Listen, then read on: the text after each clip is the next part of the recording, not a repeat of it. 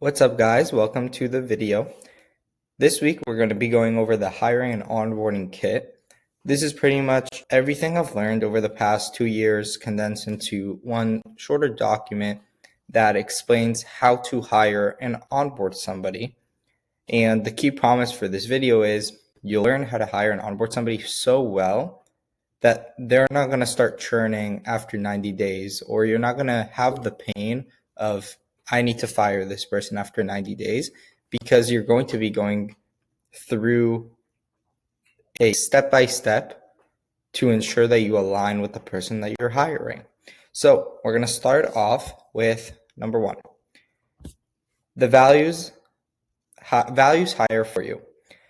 Pretty much the idea of the way we hire as a company, and I've hired myself and learned that it's the best way of hiring is to not necessarily hire for the skill set the person has, but hire for the values they have.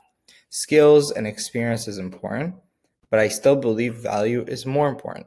So the core 3 values that I always look for is 1, are they transparent? 2, are they entrepreneurial? And 3, are they growth oriented? These are personally my favorite values just because that's how I live. So I know that the person that I hire with these values will match my life/work style. Now, how do you figure out if that person has the same values as you? The easiest way to do it is just through questions. During the interview, you can ask them, tell me about a mistake that you owned up to and how you fixed it. That's them being transparent. You want to look out for signs of them hesitating, or of them, or if you feel like they're lying, that's not very transparent. You're probably not going to work well with them. Entrepreneurial, I want to walk me through a time you took charge without permission. This is kind of an interesting question because it's like, am I supposed to take charge without permission? But if you want someone entrepreneurial, you do, as long as they do it with some common sense, right? So that's a big one to look for that can make a lot of people fail. Next is growth oriented. So what's the toughest feedback you asked for and how you used it? So pretty straightforward. Not a lot of people ask for good feedback and tough feedback because they're scared that they're going to have to change too much. And next is just a few deal breakers for me. If somebody's always flexing on school, oh, I got a 4.0, oh, I went to school. I really don't like that. I want people who are humble that work with me, because I've just seen most humble people don't step on other people's toes, and they try to allow others to win and not always thinking about themselves. And I think that's one of the most important things personally that I want in my company. Everybody's values in company is going to be different, and that's the way it should be, because if that wasn't the case, then only one type of person would fit in a company. But because there are different companies with different values, with different long-term visions, it allows there to be jobs for everyone.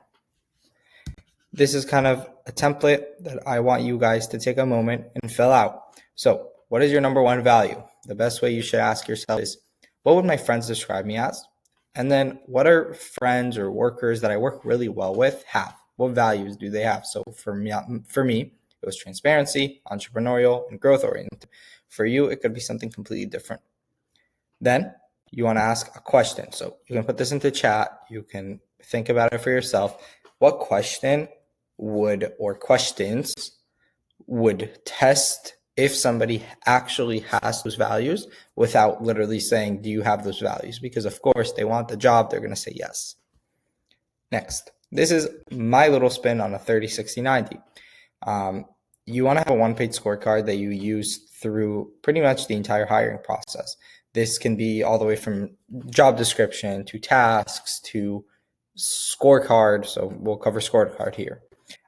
For the 7, 30, 60, the reason I do it this way and not 30, 60, 90 is because as a startup, we want to move fast. The 30, 60, 90 is more meant for bigger companies, in my opinion, that are going to move slower, right? We want to move quickly because that is our strength as a startup. So 7, 30, 60. You want to identify the role, and then you want to identify the outcomes. In the first 7 days, the best outcome that you want to have is understanding and values. This is, key for making sure that you guys are aligned and nothing goes wrong. If a person churns here, it makes more sense.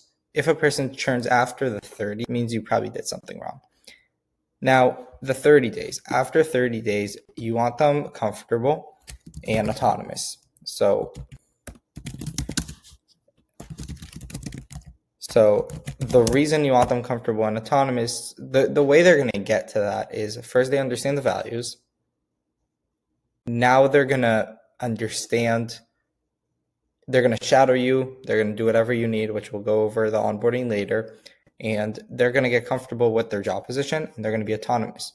And after 60 days is when they can actually start improving. So you want them improving their job description. So if they're an executive assistant and their goal was to understand your life, now after 30 days, between 30 to 60 days, they should start improving your life. They should start making it better.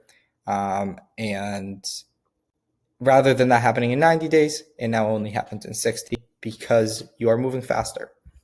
Now, based on the outcomes and what you're trying to do, there are KPIs, right? So KPIs are key performance indicators. You want to track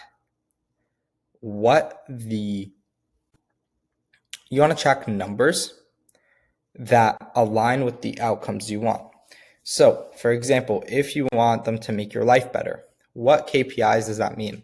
So one KPI might mean hours saved. So how many hours did they save you? And we can track that on a daily basis.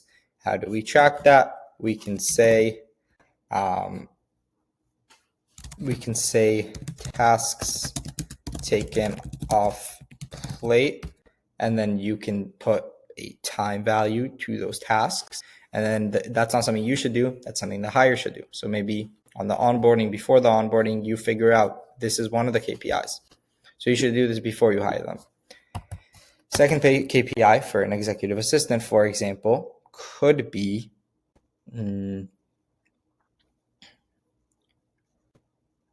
we'll do average email.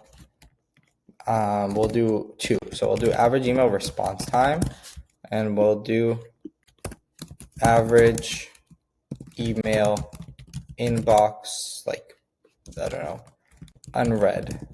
We'll do something like that. And then obviously this is pretty straightforward. The average email response time, if somebody emails you and you need to email them back, your EA should email them back under X amount of time. So our goal might be so for the first 7 days, it might be under 20 minutes. First 60 days might be under 5 minutes. And then you can track that by once a week when you have your weekly calls, going through the email, looking at what they responded, and then looking at the time it took. So maybe it took a day, maybe it took 2 days, and you put that in there, and that way they know they need to get better at that. And that's something that they can also do on their own. It'll take them 30 minutes to go through it and track it, but it's going to be worth it.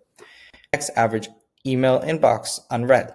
This they can track once a day. At the end of the day, they're like, oh shoot, at 8, right before my shift ended, I had 4 unread emails. And obviously we want to get that down to 0. Cool. Now, must-haves. We obviously have our values. Next, we're going to have our skills. So what skill sets do you want your EA to have? This is similar to the values, but now you want to think about it from the other perspective. So what values or skills do you not have that if somebody else had would be amazing? So I'm not extremely organized. So for me, I probably want someone who has the skill of being organized. What does that mean in a job description fashion? It might mean they were it might mean, let's say you need help with your schedule. So maybe they were in charge of someone's schedule, or maybe somebody who has been in the travel industry and always has to be moving around is more organized than what you would be. So maybe you want someone in the travel agent industry, as an example. Another skill that again, I can't think of this right off the top of my head, but you want to think about a skill you do not have that you want them to have. and then think about what experience did they have to go through in order to acquire that skill, and then write out the skills. So again, take a second, write out the skills. Next is going to be nice to haves. So nice to haves, obviously something that you don't want to filter them out if they don't have it, but also you don't want to hire them away if they do have it, right? So just put some nice to haves. That can be anything like they like going on walks in the morning. That way they're similar to you, right? They might be great friends, stuff like that. Next on the kind of onboarding document would be the trial. So the trial can be one of two ways. We're going to go through this. I'm going to skip actually a bit and we're going to go through this. The task can be one or two ways. One could be a 60, 90-minute task. The other could be a paid task. For the 60, 90-minute task, this is very simple. If they're an executive assistant, maybe you give them a quick task of like organize the schedule. And then you want to put the context of what it is, the task of what you want them to do, the delivery, how you want them to deliver it, drive link, sheets, whatever, and the resources of whatever they need. How much time you want to give them, so 24 hours. And then how to submit it and the deadline. And then for yourself, you want to think of a rubric. What was the quality? How fast did they do it? And how did they communicate through it? While they're doing this task, you probably want to ask them to record a Loom, because it will show you how they work. Do they use chat? Do they not use chat? How long does it take them? And so on. So that's just a quick hack that works really well. Now, there's only a 60, 90-minute simulation brief, so it's going to give you a little bit of context about who they are they good at what they do, and just another good filter, pretty much. The other option is to do a pay trial. This is something that obviously you pay them for, and it would be a more complicated one. Maybe you get on a call together and you're like, hey, I want you to do this for me. Rather than doing it just as a trial, just as a simulation, you give them an actual task that you have to do and that they can do it for you in 3 to 5 hours as a contractor. And that kind of will show you how they work. The pay trial is probably better when you have few applicants. The simulation is probably better before the interview in order to make sure that they are, doing the task correctly. Next, we're going to move back a little bit. So after they do the simulation, after they do that task, you will then have the interview.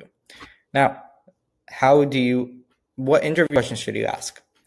Before going over this, the number one thing you should always do in an interview is try to throw them off. Try to ask them questions, make them laugh, personalized questions, and open them up. Because if you don't, they're going to give you basic answers that everyone gives you, and you're not going to be able to actually get to the point, right? In the interview, the goal is to get to where you find out what might break the relationship 12 months down the line. So that's number one. And then afterwards, you do want to test their skill sets and everything we went across in the past page. So number one, you want to ask the questions that we talked about that match the values. So for transparency, it was, tell me about a mistake you owned and how you fixed it. Now, you want to ask them about past performance. So in the last 12 months, what changed because of you? This kind of shows how they're growth oriented, what they did at their last job to actually move the needle. And simulation, we went over, this is going to be before the interview.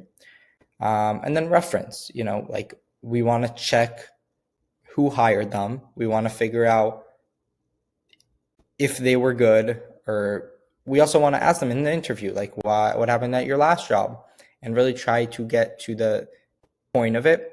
It is painful at times because most people don't like and don't want to do it because they're like, this is weird. I don't want to ask them about why they were fired or why they left, right? And you want to be careful because that is important. If somebody fired them because they were a horrible worker, maybe you don't want to hire them as a worker, right? Next, onboarding. One of the most important parts, I forgot to change this, but 7, 30, 60. Remember, a lot of people miss this, but before the onboarding, you want to prepare. You need to have access to anything they use, the email, calendar, whatever. You want to have either a welcome email or a welcome chat. Like if you have a small team, you want to make sure that everybody is welcoming them into the team. You want it to feel nice, feel warm, so that they're happy at the new job. It's like, wow, like I just made a bunch of friends. And then you want to have an agenda for day one. You want to show them this is what you're going to do day one. This is when our call is going to be. And this is what you're going to do after the call. And then they can prepare for it. If you want, you can obviously assign a buddy. This is less for remote, but you want to be like, hey, you can ask me whenever you have a question, ask me questions. Or again, if it's a big company, you can assign them a buddy and be like, if you have any questions, just go to this guy. He'll answer all your questions and maybe introduce them to each other. And when you're assigning a buddy, you again want to make sure the values fit. But if you do this right, everyone at your company should have very similar values. Day one, this is when you go over the mission, the values, the scorecards, everything we went up above, you want to go over that in day one. This will allow them to align to make sure that this is the right fit. And after that, you can actually get started, whether it means they're going to shadow you for the day or you give a tiny task to do. Either way, you want them to have a tiny win. You want them to feel good, feel confident, so that they can go at it the next day and make an impact. Day two, again, this is depending on the role that they do. They're going to probably do this a bit differently, but usually you want them to shadow doing the job that they're going to do, whether it's sales, delivery, whatever. After they shadow, you can have them create a standard operating procedure from shadowing you. And then you review it, or whoever's in charge of them reviews it, make sure that the SOP is correct. And then they're going to be able to run it because 1, they saw you do it. 2, they wrote out how you did it. And 3, you checked that it was right. And now 4, they can do it themselves because you know what they wrote out is correct. And then this is kind of the almost last part. Next, the weekly people ops review. This is more like a weekly meeting that I like to have with my team. You want to 1, update the metrics. Tell everybody this is our MRR, this is our metrics. Each person can go one at a time, say their metrics. Second is the blocker. What blocks did each teammate have and how can we solve it? 3 is upgrading. This is more how can we solve the blocker? How can we improve something? And 4 is gratitude. Be grateful and appreciate one person on your team. So again, this is just something I like to do every Friday to make sure everybody's on the same page and we're always moving as a company, 1% better each day.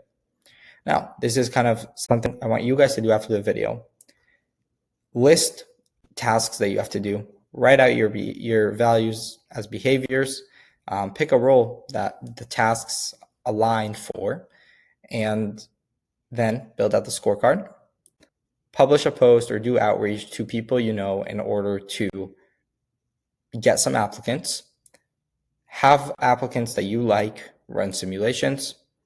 You can either do paid trial or simulations.